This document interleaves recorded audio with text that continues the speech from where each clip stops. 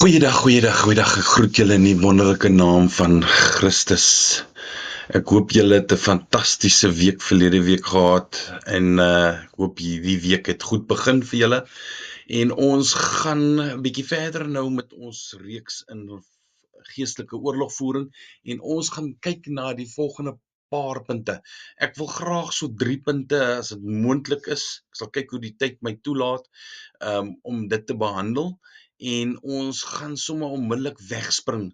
Ons gaan eerstens net recap dat die eerste gedeelte het ons gesê jy moet jou vyand ken en dat ons almal het 'n beter idee volgens die skrif wat Satan se plan is en hoekom hy daar is om ons te verwoes, om by ons te kom steel en om vir ons te lieg, sodat ons net weer vasmaak en dat ons weet dit is. Nou die volgende vereiste wat 'n mens het vir geestelike oorlogvoering is dat jou hart moet rein wees. So die tweede punt is 'n rein hart. En ek wil begin met 'n gedeelte uit Handelinge 19 vers 11 tot 16. En dit sal julle 'n beter idee gee wat ek bedoel met 'n rein hart as jy geestelike oorlogvoering wil toepas. Goed, Handelinge 19 vers 11 tot 16. En God het buitengewone kragte deur die hande van Paulus gedoen, sodat selfs wanneer doeke of voorskote wat aan sy lyf was, op die siekes gelê is, die siektes van hulle gewyk en die bose geeste van hulle uitgegaan het. En sommige van die rondtrekkende Jode, die duiwelbesweerders, het dit gewaag om die naam van die Here Jesus te noem oor die wat bose geeste gehad het en te sê, ons besweer julle by die Jesus wat Paulus verkondig.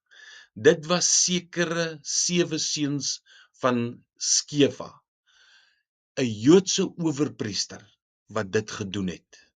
Maar die bose gees het geantwoord en gesê, Jesus ken ek en van Paulus weet ek, maar julle, wie is julle?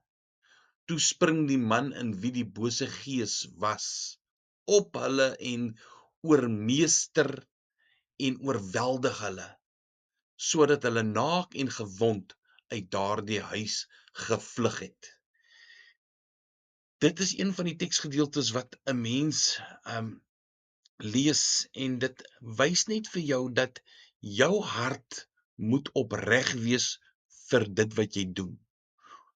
Jy moenie dit probeer doen omdat jy dit ergens gehoor het of jy nou dink dit is 'n goeie plan nie. Jou hart moet opreg wees en rein wees. En soos wat daai gees vir daai seuns gesê het, Jesus ken hulle en van Paulus weet hulle, maar wie is julle? So ons moet altyd sorg dat ons 'n rein hart het en ons moet 'n rein lewe ook lei. As 'n mens regtig geestelike oorlogvoering wil toepas in jou lewe en met jou familie en by die mense waarvoor jy lief is. Die volgende gedeelte is 1 Petrus 2 vers 11 en 12. Geliefdes, ek vermaan julle as bywoners en vreemdelinge om julle te onthou van vleeslike begeertes wat stryd voer teen die siel. En hou julle lewenswandel onder die heidene skoon, sodat as hulle van julle kwaad spreek, soos van kwaaddoeners, hulle op grond van die goeie werke wat hulle aanskou, God kan verheerlik in die dag van besoeking.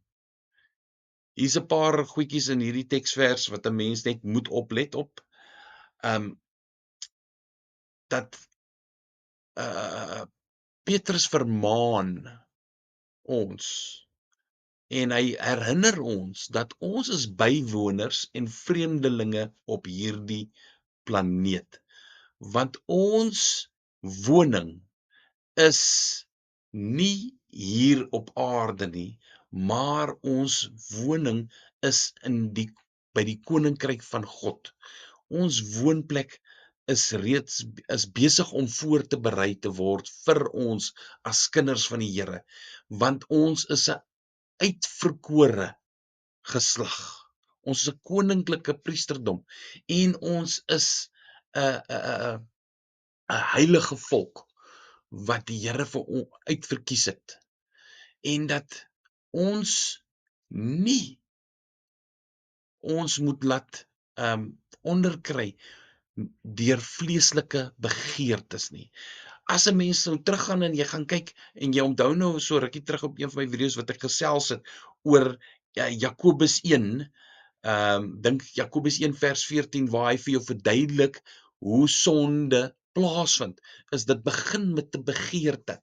Dit begin in jou verstand en ons moet ons onthou van vleeslike begeertes wat stryd voer teen die siel, wat stryd voer teen die gees. En ons moet ons lewenswandel in hierdie wêreld skoon hou.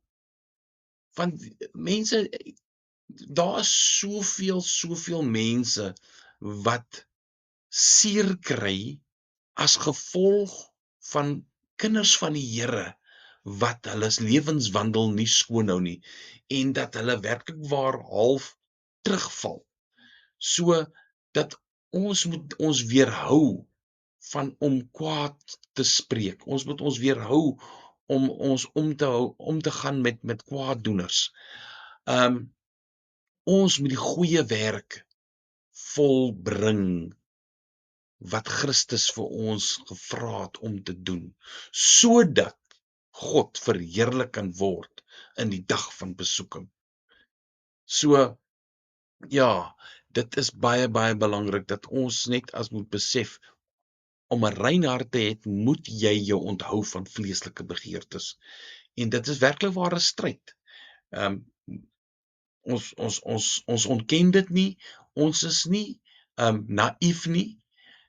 Daar is werklik waar 'n stryd. Selfs Paulus het gesê in een van sy briewe dat dit wat hy wil doen, dit doen hy nie, en dit wat hy nie wil doen nie, dit doen hy.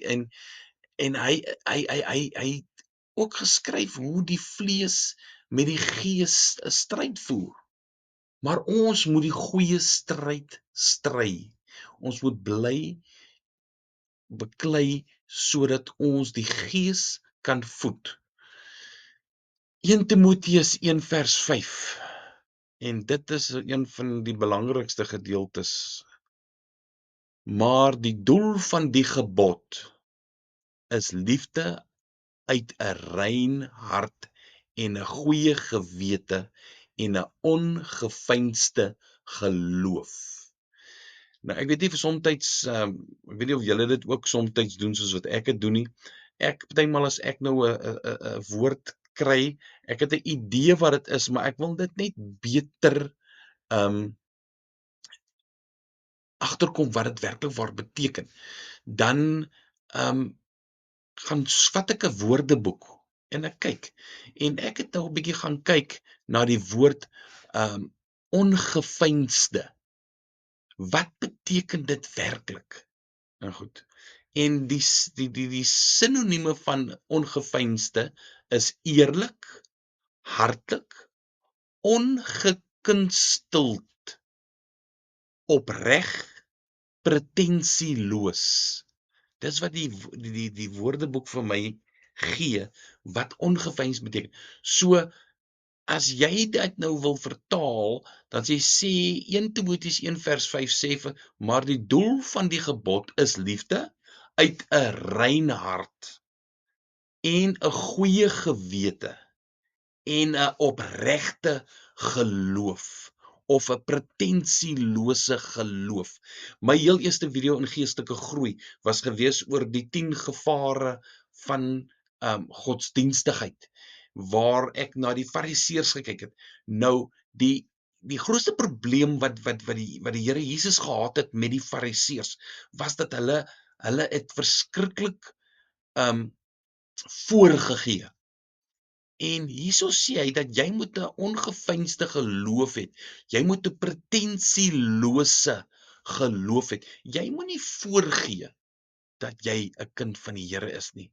Onthou, die Here ken 'n mens se hart. En soos wat die Here jou hart ook kan ken, nê. Sodra ons begin geestelike oorlogvoering doen en jy is nie opreg nie, dan maak jy vir jou deure oop wat die demone en die geeste gaan jou dan nie soveel respekteer, omdat hulle gaan dan wees soos wat hulle met die seuns gedoen het in Handelinge 19, want hulle vra vir jou, maar wie is jy? Okay. So, kom ons kyk net ongeveinsde, gaan dit net weer sê, die sinonieme daarvoor is eerlik, hartlik, ongekunsteld, opreg en pretensieloos. Nou Romeine 12 vers 9 tot 12 sê vir ons: laat die liefde ongeveins wees. Daar kry ons weer die woord ongeveins wees. Verafskuw wat sleg is. Hang die goeie aan. Wees hartlik teenoor mekaar met broederlike liefde. Die een moet die ander voorgaan in eerbetoning. Wees nie traag in die ywer nie. Wees vurig van gees. Dien die Here. Verbly julle in die hoop. Wees geduldig in die verdrukking. Volhard in die gebed. Dis regtig 'n mondvol wat hy hierso, wat Paulus hierso geskryf het aan die Romeine. Daar kry ons weer die woord ongeveins, wat beteken is, dit moet opregtheid wees. Jou liefde moet opreg wees. Mense, jy kan alle mense kan jy flous, maar God gaan jy nooit kan flous nie. En daarom moet ons 'n opregtheid hê met hom. En ek weet soms is dit nie maklik nie. Dit is 'n mens het partymal twyfel 'n mens. Jy gaan deur tye wat dit nie maklik gaan nie. Ons weet dit. Maar ons moet die goeie stryd bly stry en net besef dat weet dit wat hy vir ons gedoen het op die kruis is meer as genoeg.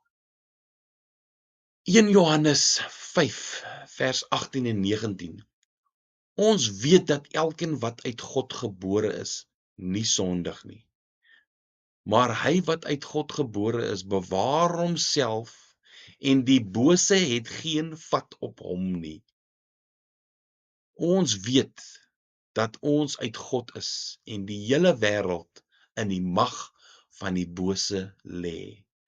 Mense, 'n mens besef dit net as jy rondom jou kyk in hierdie wêreld, is dat daar's soveel liefdeloosheid in hierdie wêreld, en dat jy mens kan sien dat die wêreld het begin boos, regtig boos begin word. En dat ons moet as kinders van die Here moet weet dat ons moet strewe daarna om Jesus Christus se gebod wat hy vir ons gegee het, na te strewe. En dit is liefde. En soos wat ons die vorige versie gelees het in Romeine 12, ongeveinsde liefde, opregte liefde. En weet dat ons die Here moet vra, Here, mag ek met u oë na die wêreld begin kyk. Mag ek begin hoor soos wat u hoor. En Here, dat ek net begin liefkry soos wat u liefhet. Dat ons vir die Here kan vra dat hy dit aan ons kan openbaar en ons oë kan oopmaak, ons ore kan oopmaak en ons hart kan oopmaak, dat ons kan besef dat die wêreld daar buite is stikkend. Die wêreld daar buite is regtig stikkend. En die wêreld kort liefde. Dan Galasiërs 1 vers 3 en 4.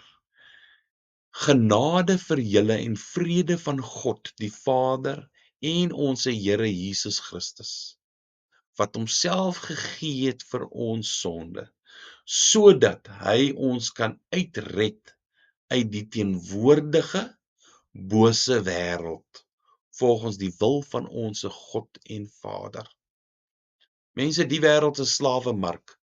En as ek so terugdink die tye wat ek in die wêreld was en ek kyk na mense wat met alkohol en rook en alles, al daardie dinge maak van jou 'n slaaf. Dis hoekom daar verwys word as dis hierdie aarde is 'n slawemark en dat Jesus het ons daaruit kom bevry. Dan die volgende puntjie wat ons wil aanraak. Ons het nou 'n rein hart gedoen. Nou kom ons by die derde punt, is dat die sentrale punt as ons geestelike oorlogvoering moet wees die kruis. Die kruis moet ten alle tye jou sentrale punt wees as jy enige iets doen. Want 1 Johannes 3 vers 8, hy wat die sonde doen is uit die duiwel, want die duiwel sondig van die begin af. Vir hierdie doel het die Seun van God verskyn, om die werke van die duiwel te verbreek. Dis waarvoor Jesus gekom het, om vir ons die weg te wys en vir ons versoening te doen, om met ons Maker, met ons Skepper verenig te kan word as mens. Want as jy gaan lees in Romeine 3 vers 23, want almal van ons het gesondig en dit laat ons ontbreek aan die heerlikheid van God. Dan die tweede versie by die sentrale kruis is 1 Korintiërs 1 vers 18.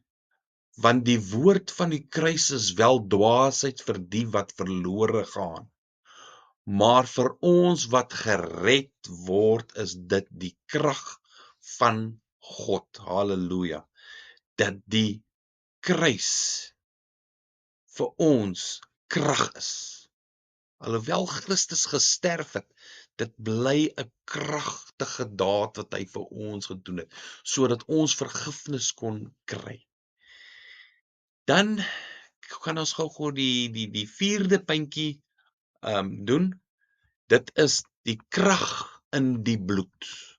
'n Mens moenie die krag van die bloed onderskat nie. En daar is geweldig baie krag in die bloed van Jesus Christus wat vir ons gestort is.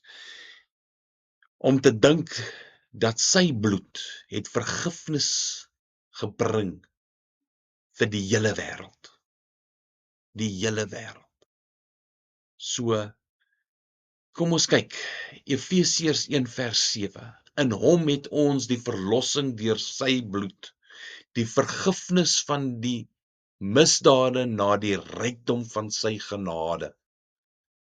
In hom het ons die verlossing deur sy bloed.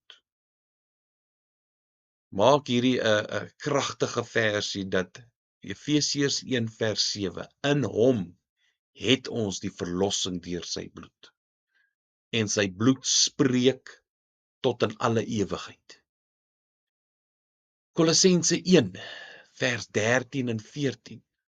Hy wat ons verlos het uit die mag van die duisternis en oorgebring het in die koninkryk van die Seun van sy liefde, in wie ons die verlossing het deur sy bloed, naamlik die vergifnis van die sondes. Dat sy bloed het vir ons vergifnis bewerkstellig.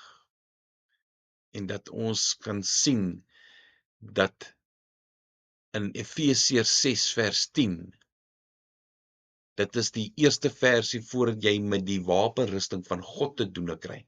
Maar hierso sê dit baie duidelik vir jou. Eindelik my broeders, word kragtig. Hoe? In die Here en in die krag van sy sterkte.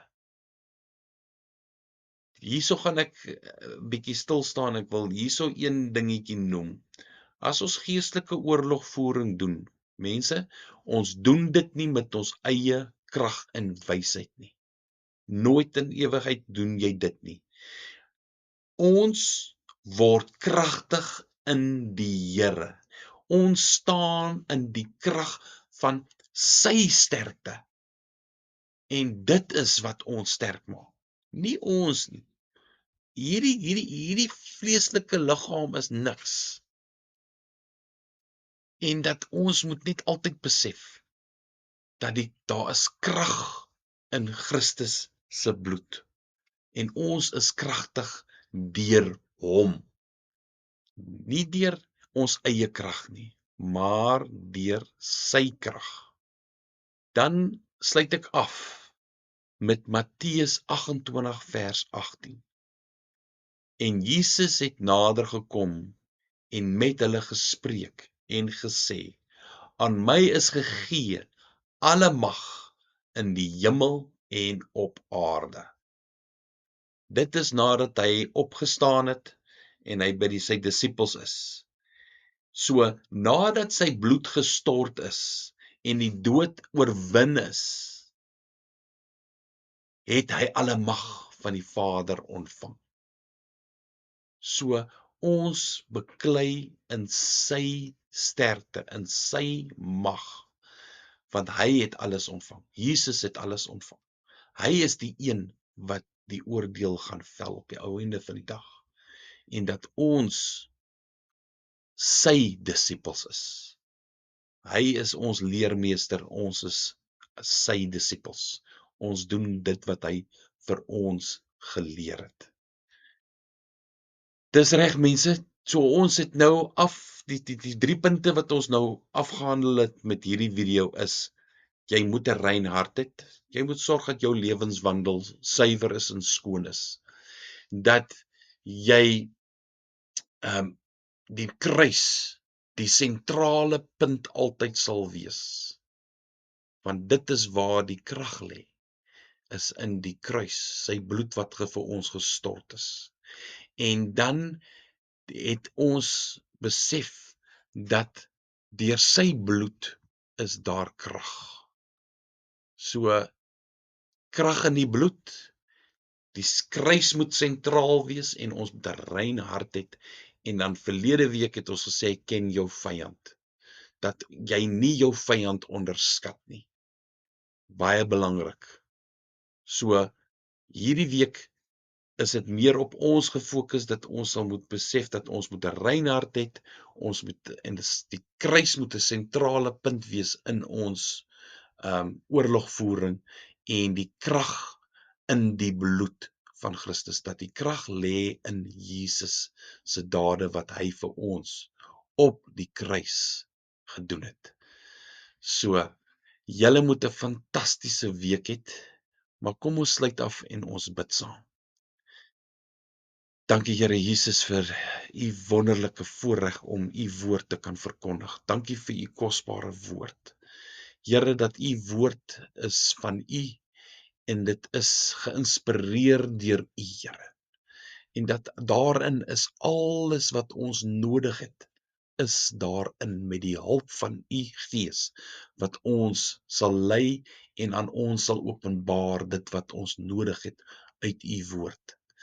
Here, ek wil bid vir elke persoon wat hierdie video kyk, Here. Ek wil hulle gedagtes gevange neem en dat hulle werklik waar hulle oë sal geopen word en dat hulle sal besef dat ons is in 'n stryd, Here. Dat ons werklik waar die grondgebied moet terugneem wat die vyand by ons kom steel het.